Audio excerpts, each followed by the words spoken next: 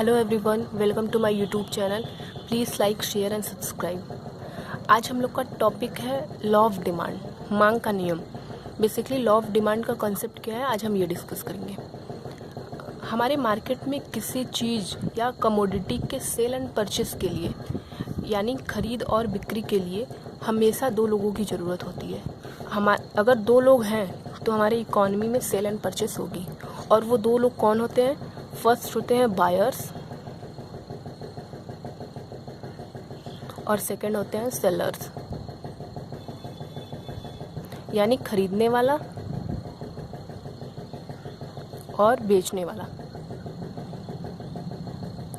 और law of demand, मांग का नियम, हमेशा खरीदने वाले के नज़रिए से देखा जाता है, यानी हमेशा ये बायर्स के नज़रिए से देखा जाएगा।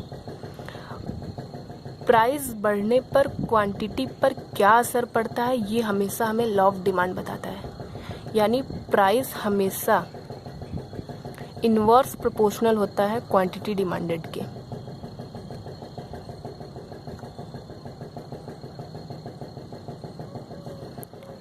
प्राइस अगर इंक्रीज करेगी तो क्वांटिटी डिमांड हमेशा डिक्रीज करेगी। अगर क्वांटिटी डिमांडेड हमेशा डिक्रीज करेगी तो प्राइस इंक्रीज करेगी। यानी ये हमेशा इनवर्स प्रोपोर्शनल होते हैं एक दूसरे के। मुझे ये बताइए, क्या बायर्स और सेलर्स पर सिर्फ और सिर्फ प्राइस का असर पड़ता है? यानी जब प्राइस बढ़ेगी तब मांग कम होगी, प्राइस घटेगी तभी मांग बढ़ेगी। यानी कीमत के अलावा डिमांड और सप्लाई पर किसी और चीज़ का फर्क नहीं पड़ता है? पड़ता है, जाहिर सी बात है पड़ता है। देयर आर अदर्स फैक्टर्स जो कि किसी भी प्रोडक्ट के डिमांड पर असर डालते हैं। फॉर एग्जाम्पल, वो कौन कौन से फैक्टर्स होते हैं? पहला होता है क्वालिटी, सेकंड होता है हमारा प्रेफरेंस, थर्ड होता है हमारा इनकम, और फोर्थ होता है सीज़न। इसके अलावा भी बहुत सारे फैक्टर्स होते हैं जो कि डिमांड पर असर डालते हैं। अगर हम क्वालिटी की बात करते हैं तो अगर हम मार्केट में किसी भी चीज़ को लेते हैं तो उसकी क्वालिटी को पहले चेक करते हैं। यानी हम किसी भी चीज़ को लेने से पहले सिर्फ और सिर्फ उसका प्राइस ही नहीं देखते हैं, उसकी क्वालिटी भी चेक करते हैं। अगर उसकी क्वालिटी अच्छी होती है तभी हम किसी भी चीज़ की डिमांड करते हैं। तो यानी क्वालिटी भी डिमांड पर असर डालता है। दूसरा हमारा है प्रेफरेंस, यानी जितने भी प्राइस किसी भी चीज़ की क्यों ना घट जाए, अगर वो चीज़ मुझे पसंद है ही नहीं तो मैं मार्केट में उसकी डिमांड नहीं करूँगी, मैं उसे ख़रीदना नहीं चाहूँगी, क्योंकि वो मुझे पसंद है ही नहीं, वो तो मेरा प्रेफरेंस है ही नहीं, तो मैं उसकी डिमांड नहीं करूँगी। यानी प्रेफरेंस का भी असर पड़ता है डिमांड पर। तीसरा हमारा इनकम है। अगर हमारी इनकम ज़्यादा होगी तो हम किसी भी कमोडिटी की डिमांड ज़्यादा करेंगे। अगर हमारी इनकम कम होगी तो जाहिर सी बात है कि हम उसकी डिमांड कम करेंगे। हमारे पास पैसा ही कम होगा तो हम उसकी डिमांड भी हमेशा कम करेंगे किसी भी कमोडिटी की। तो यानी इनकम का भी इफ़ेक्ट पड़ता है हमारे डिमांड पर। चौथा, अगर हम बात करें सीज़न की, तो सीज़न का फॉर एग्ज़ाम्पल अगर हम कोल्ड ड्रिंक लेते हैं, अगर हम कोल्ड ड्रिंक की बात करें तो इसकी डिमांड गर्मियों में ज़्यादा होती है इन कंपैरिजन सर्दियों में।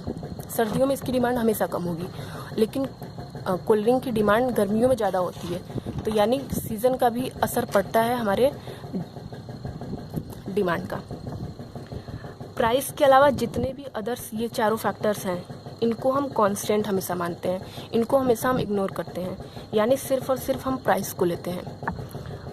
लॉ ऑफ डिमांड की अगर हम कर्व की बात करें तो लॉ ऑफ डिमांड हमेशा दो चीज़ों के बारे में बात करता है। पहला होता है प्राइस और सेकंड होता है हमारा क्वांटिटी डिमांडेड।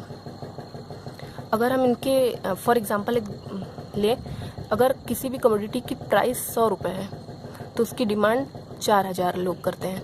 अगर 200 रुपये है तो 3000 लोग करते हैं। अगर 300 रुपये है तो 2000 लोग करते हैं। और अगर 400 रुपये है तो उसकी डिमांड 1000 लोग कर रहे हैं। अगर हम इसको कर्व बना के अगर देखें तो यहाँ पे हमारा हमेशा प्राइस होता है और यहाँ पे हमेशा क्वांटिटी।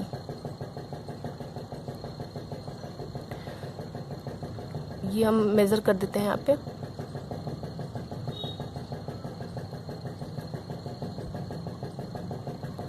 यहाँ पे हम क्वांटिटी को करेंगे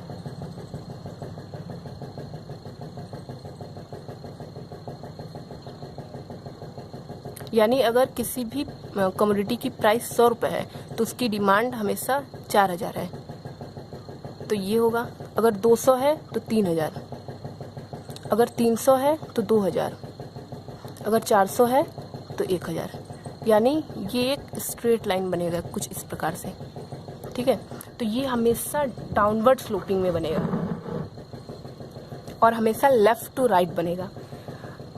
यानी ये जो हमारा स्ट्रेट लाइन है यही हमारा डिमांड कर्व होगा।